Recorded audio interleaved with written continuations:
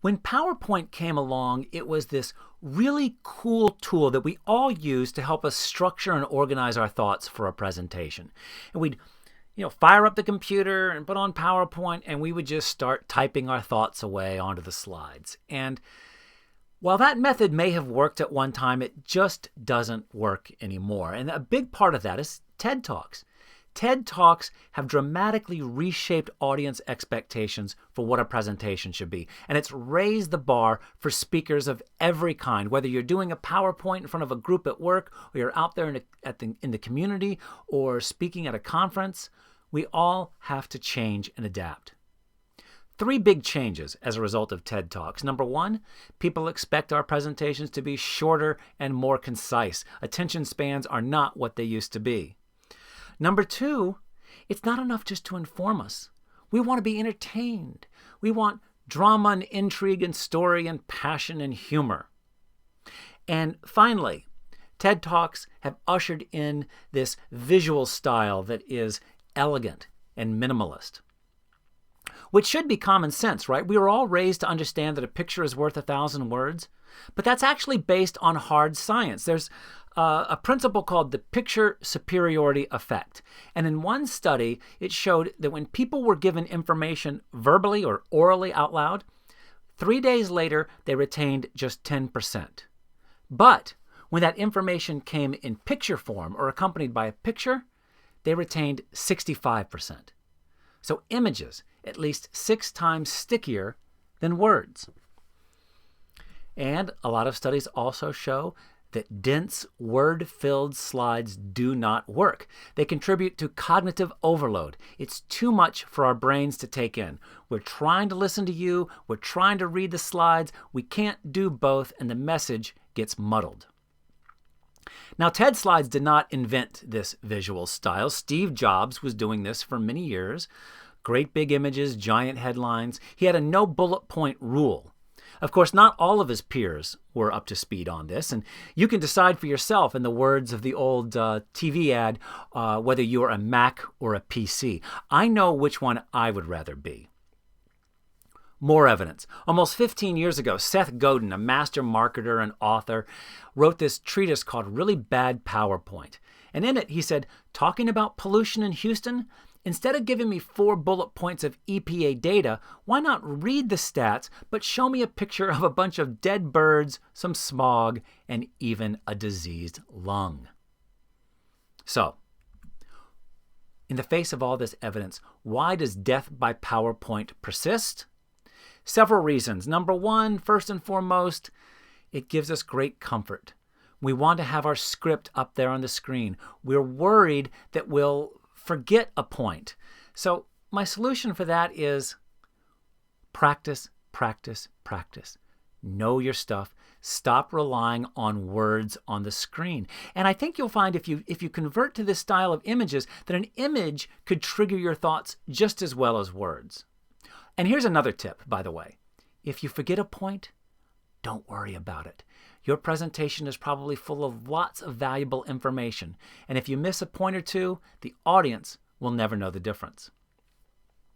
Now, another reason this persists is complexity. People say, well, I'm not unveiling the latest iPad. I'm talking about supply chain management or wastewater treatment or something like that. It's too complex to boil down to just images and a few words. And I would say, yes, sometimes it is hard to do that.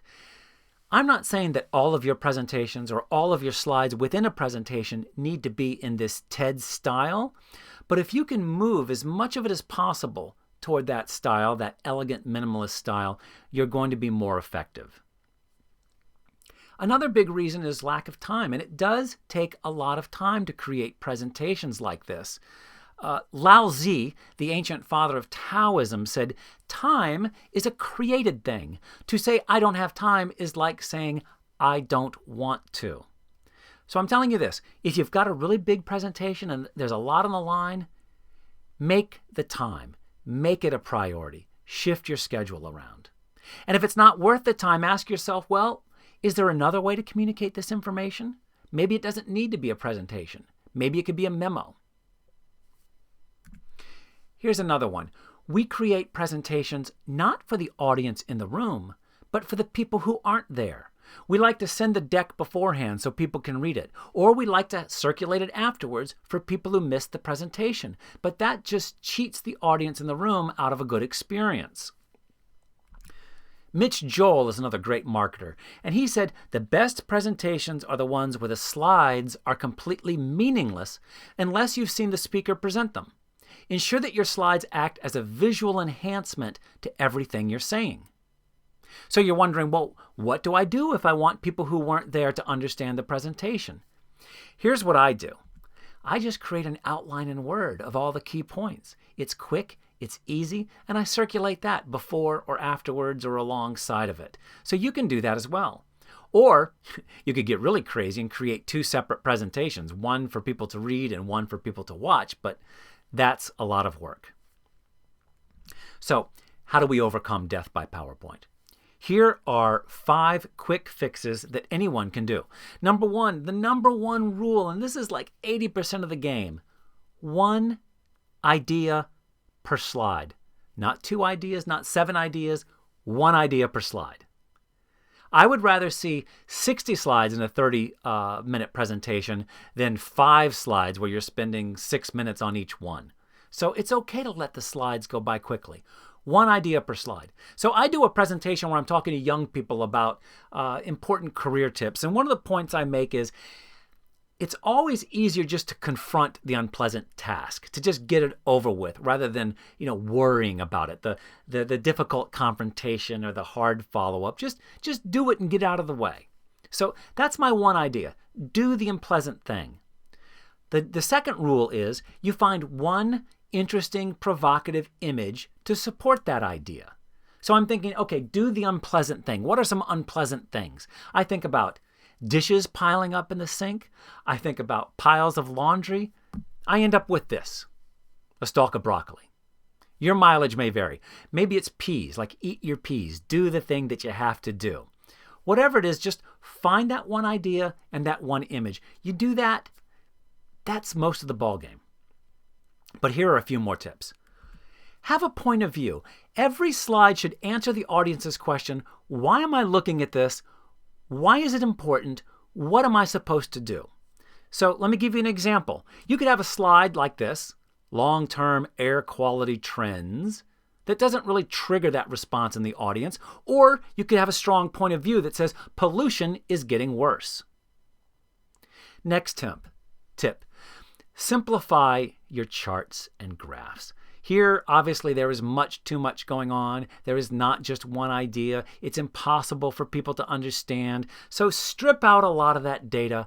Make it simple. Our profits are being eaten up by expenses. Or here you can see year-over-year revenue climbing. It's very simple. You can put the data in a handout, but you don't have to have it all on the screen. Finally, if you must use bullets, and occasionally there will be a need to use bullets, I suppose, if you can't find an image, do us a favor and build your bullets 1 by 1 so you don't overwhelm us. And most of all, remember, these should be bullets, phrases, not full sentences. So let me give you an example. Here is a makeover, or a few makeovers that we'll do of a few ugly slides. We'll change them from ugly caterpillars into beautiful butterflies. So here's a slide that I found by a speaker, and I don't know the person, could be a perfectly great speaker, but this was the first slide in his deck. And I'm going to take it down because right now, what you were doing, you were reading that and you weren't listening to me. When I show a word slide, you have 3 choices. I have 3 choices. I could sit there and let you read the slide and I'm silent, or I could read it to you, which is dumb because you can see it, or I could be saying something different and I'm saying something, you're reading the slide. Again, the message is being lost. So let me break it down for you. His first point is the events industry needs a bit of a shakeup, which to me is not a particularly strong point of view. So I'm going to jazz it up a little bit. I'm going to make it stronger. I'm going to suppose that the industry is in crisis. That's a little more exciting, right? So that's my 1 idea. Now I need a provocative image. When I think of crisis, I think of natural disaster. I think of hurricanes, floods, tornadoes. I end up with this: a fire, Industry in crisis. So let's go on with his ugly word slide. In the middle, he's got this, the recession highlighted a problem that's been around for a while. I'm going to make that a talking point. And finally, we get to his final point. Lack of creativity, lack of substance, lack of innovation, which I like. It's rule of threes. So here's how I would put all this together into my revised presentation. The events industry could use a bit of a shakeup. In fact, I'd go as far as to say our industry is in crisis. And the recession only aggravated problems that have been around for a long, long time. Specifically, lack of creativity, lack of substance, and lack of innovation. Now, I know what you're thinking. You're saying you should have built those bullet points one at a time, just as you just told us. But since I covered those 3 points in one sentence, I just brought them all up together. If I had more to say about each one, I would probably build them. Couple of other examples. We all love quote slides. This is one of my favorite quotes in a presentation. But again, I don't want you reading. People don't come to a presentation to read. They come to see you present. So here's what I do. I pull out the most important point. I'll put up a slide. This is from an actual presentation I do on storytelling. And I said, Seth Godin is a genius. He says the market is not seduced by logic. People are moved by stories and drama and hints and clues and discovery. Logic is a battering ram. That's all you have to do. Pull out the most important point and have an image to go along with it. I use an image of Seth Godin. You might use an image that better fits the meaning of the quote. One more example. This is one I found online. Absolutely terrible. There is so much wrong with this slide. First of all, there's no point of view. Female representation on boards. The second bullet point is really weak in its point of view, that female directors increased from 72% to 75%. That's within statistical variation, so I don't even think it's that significant a point. It could use builds. Of course, it could use images. So I took this ugly slide, and here's the point I pulled out. Tech firms are less diverse. There's my point of view in a strong headline. And I made 2 simple charts. Boards that include women. The tech industry, 75% of boards include women. In the S&P 500, it's 97%. If you're in the tech industry, it shows we've got a lot of work to do. Now, the best thing about this method is that anybody can do it. You do not have to be a professional graphic designer. I am not a professional graphic designer. Here's something that helped me a lot. You can find it online. It's a blog post called 10 Tips for Designing Presentations That Don't Suck. And they walk you through a process.